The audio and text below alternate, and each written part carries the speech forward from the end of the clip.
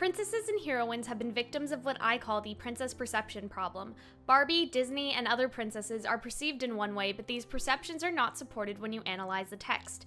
It's been the subject of much debate. Are these princesses oppressive or empowering? Are they sexist or feminist? Are they good role models for young girls, or are they awful ones?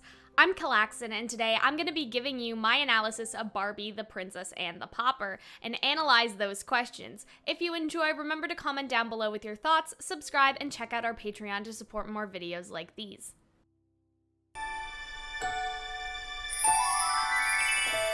When some people think of Barbie, they think of girls obsessed with clothes, makeup, cell phones, and other such material possessions.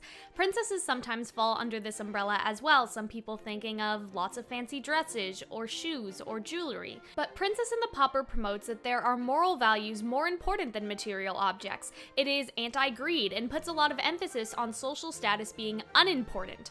These are extremely valuable lessons. In the opening song, Anneliese says, "You would think that I'm so lucky that I have so many things.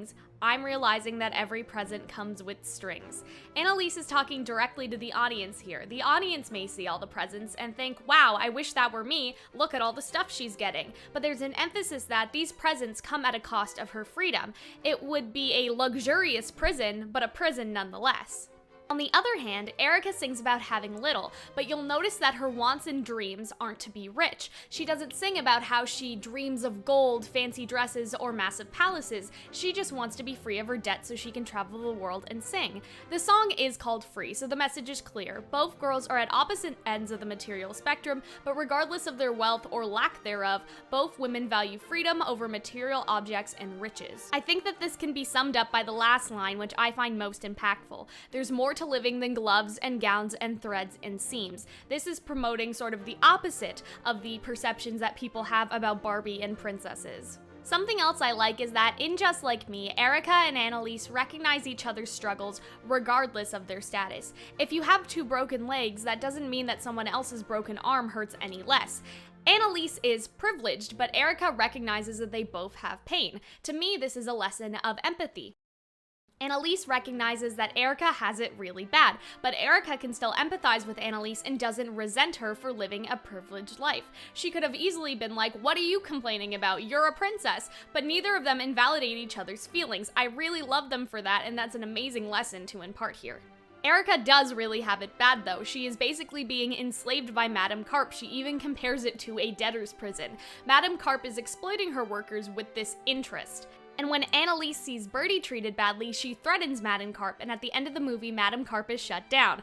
To me, Barbie said, fuck exploiting, belittling, mistreating your workers, which I think is another valuable lesson. I also bring up Madame Carp because Madame Carp and Preminger are opposites to Erika and Anneliese. Let's talk about Madame Carp again. She exploits people who are poor and desperate, using them for life to cut her own costs down since she doesn't have to pay her workers and put the profit solely into her pockets. At one point, she even snatches Erika's gold away from her. Preminger is stealing all the gold in the entire kingdom, letting people starve and possibly even die because of his own greed. Madame Carp and Preminger are greedy people who only care about themselves and material possessions. And this is obviously shown as a bad thing for anyone who may be watching. Do not be like Madame Carp and Preminger. Barbie said, fuck greedy people stealing from the working and middle class. But anyway, it should be noticed that Erika and Julian are both from poor families, and Preminger demeans their status multiple times throughout the movie. Let's talk about Julian first. Anneliese knows that Julian is from a poorer family. His family lived in a single room, as we hear, and he later brings up how he's not a king and can't give Anneliese what Dominic can: money.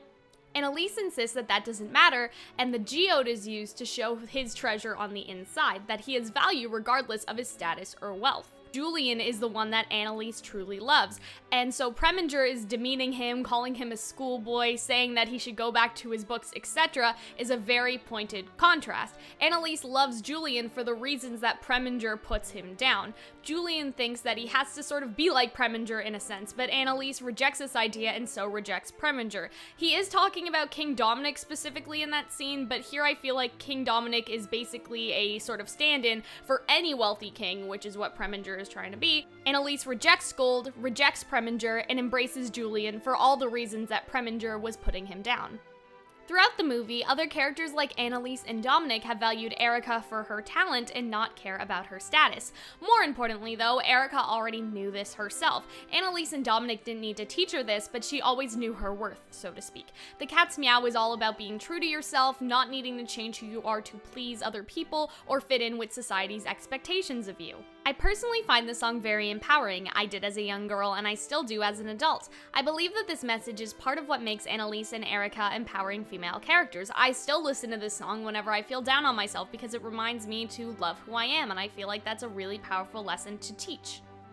She also says in this song, you don't need the bows or tiara, again rejecting the idea that you need these material possessions in order to have value. So as we've seen, Anneliese and Erika reject material objects, greed, and social status in exchange for other moral values. Instead, there's an emphasis on honesty, hard work, responsibility, freedom, being yourself, and many more. Meanwhile, we have Preminger saying, and by marrying the princess, I get all that I desire like a moat, an ermine coat, and palace views. He also says, master in charge of all that I see. Preminger is not only greedy and materialistic, but he also wants the power. It's not enough to have all the gold in the kingdom. He wants to be at the very top of the hierarchy and have the highest social status in order to control everything and everyone. Since Preminger does attempt to get with Anneliese, for our purposes we'll call him a love interest. It's clear that he doesn't like or love Anneliese for herself, but wants Anneliese for his own fantasy. He treats Anneliese like an object, just another material possession. We see this in his fantasy sequence, but it is also here in this song. He says, then the queen will be so grateful that she'll pledge the heir to moi. He sees Anneliese as something that can be pledged or given to him, not someone with her own autonomy. And then there's this. Even though she treats me coldly, it's a sign of inner fire, for inside she's thinking, how can I refuse? This is pretty gross. Preminger is basically ignoring Anneliese's outward expression, of which we can assume is no. She does not like him and is disgusted by him, and insisting that instead she has this inner fire. And it's very important for everyone to be taught that this is inappropriate behavior on Preminger's part. No one should act like this, nor is this normal behavior, and this is something really important to tackle. Moving on though, let's talk about Dominic and Julian as love interests. Dominic has his personality established early on by Julian as being a lover of music who plays 3 different instruments. This is significant because it creates a genuine connection with Erika based on a mutual passion or hobby and not their appearances. Dominic heard Erika sing her song about being true to herself when she was in the bathtub and fell in love with her based on her honesty and genuineness. Anneliese describes him as her best friend and values his intelligence and kindness. Julian knows roses are Anneliese's favorite, and during that scene, they are, as the kids say, mad cute. They have a really natural chemistry and interactions, and you can tell how much he cares about her. I feel like all of this is really important. Not only does it make for good romance, but also their development helps to elevate Anneliese and Erika's character naturally. This concept is hard to explain, so let me use an example. We'll be doing a Cinderella video in the future, but I feel like part of the reason why Cinderella gets flack is because the prince has 0 personality. This makes it easier to say that it was based off of superficial things, like that Cinderella was a gold digger, that she was using the prince for his wealth, that it was, love based on just their appearances, just based on looks. Instead of hurting their characterization, they help their characterization. Both girls end up saving each other during the movie. Anneliese gets kidnapped but escapes using her intelligence. She tricks Nick and Knack and then runs away. Julian comes to save her, but he ends up getting kidnapped while she gets all the way back to the castle by herself. Later in the movie, when Anneliese and Julian are both captured, Anneliese has the idea of the water in the barrel, and she tells Julian to help her. Erika is able to escape by singing the guard to sleep. Dominic does come to help her in that scene, but what's important is that Anneliese and Erika aren't helpless on their own. They are not damsels in distress. I hate when people treat independence as not needing anyone ever for anything. I don't think that that's a healthy attitude, and humans do need each other. There's nothing wrong with getting help from people. The movie is able to show Erika and Anneliese are not damsels in distresses and are capable themselves, but it's also able to show the importance of everyone helping each other. We don't need just the women to save the helpless men, or the men to save the helpless women, but everyone has their own strengths and they all use it together so they can succeed. Everyone is capable, no one is completely helpless. For all these reasons, I feel like this is empowering, progressive, and makes Anneliese and Erika good role models. And we aren't done yet. When it comes to saving the kingdom, Anneliese does this on her own in a pretty epic way. The kingdom is saved because of Anneliese and science. Now more than ever, there's a large focus on empowering girls to pursue STEM. One of the big ways I think that the Princess and the Pauper is empowering is that Anneliese is a science-loving princess. Anneliese's love of science is encouraging for young girls. You can be a princess and you could love science. We know that Anneliese is very intelligent. She takes lessons in math, geography, and science as said in the opening song. She's classifying a rock seemingly in her spare time when we see her in the next scene with Julian, and in her song with Erika, she says that she'd rather be in her library reading science books all day. That is her true passion. That is what she sees as a good time, and I love that. Julian's end line in To Be a Princess is to always use your head, and there's a very high value on their intelligence throughout the movie. And at the end of the movie, she picks up the geode that notably Preminger and his lackeys just ignored and threw away. Their ignorance is contrasted with her intelligence, as her identification of the rock is what truly allows her to save her kingdom. Princess Anneliese was right about the mine. She discovered it was filled with geodes. Under her direction, the beautiful crystals created a new industry and the kingdom was saved. Speaking of the end of the movie, let's talk about the end, the happily ever afters. And with happily ever afters, there are a lot of criticisms of them being heteronormative. You get married, you have babies, and that's it. So I want to talk about the ending, because the first thing I love is that there is a focus on sisterhood and friendship. Anneliese says, "You and I will always be celebrating life together," and then they both say, "I know I have found a friend forevermore." And I feel like that is so important.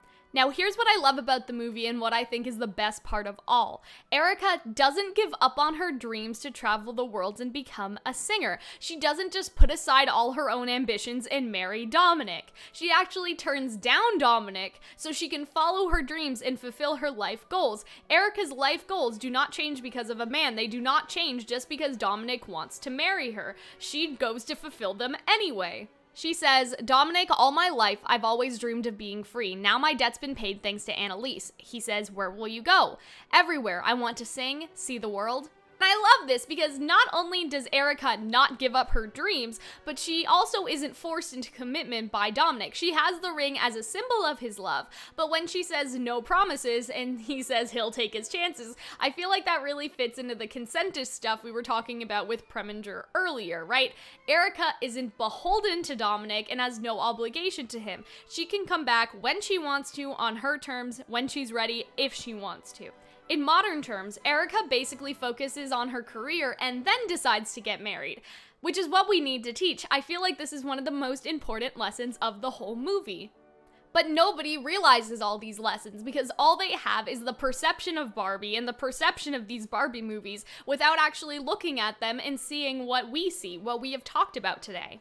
And now we're at the end of the video, and I think it's easy to see how Princess and the Pauper is not sexist. It's the opposite. Princess and the Pauper is not oppressive, it's progressive and empowering. And finally, Anneliese and Erika are not bad role models, and I rest my case that for this specific genre, they are possibly some of the best role models I've ever seen. Now that we've analyzed the text, I hope that the curtain is pulled back and people will no longer have this princess perception problem. I hope that one day Erika and Anneliese will get their dues. So ends my analysis of Barbie, the Princess and the Pauper. Comment down below which princesses you guys want me to do next, what you think of this video. I hope you guys enjoyed, and I'll see you next time. Bye!